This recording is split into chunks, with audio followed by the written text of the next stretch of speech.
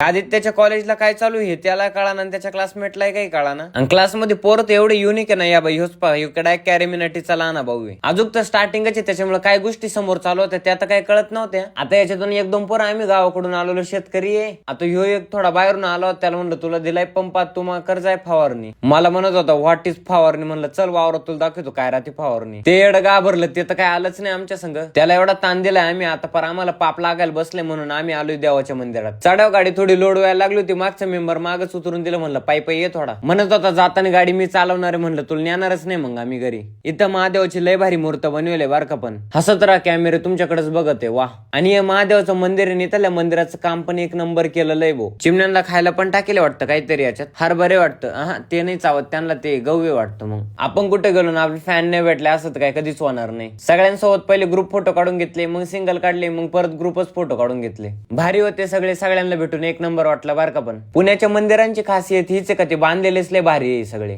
जाताना आमचा दादा म्हणत होता गाडी मायक दे. म्हणलं गाडी तो आहे का देणे म्हणजे डायरेक्ट यम देवाच्या सोबत चाल नाही. पण देवाने माझ्यासाठी एवढं केलं माय ना जीवनात. ते मित्र लय भारी पाठवले हो, एवढं आहे. तुम्ही जरा तुमच्या मित्रांना मंदिरात घेऊन जा, तिथं द्यावं कोण त्यांच्यासाठी थोडी ना बुद्धीची मेमरी भरून आणा आणि मला फॉलो करून घ्या.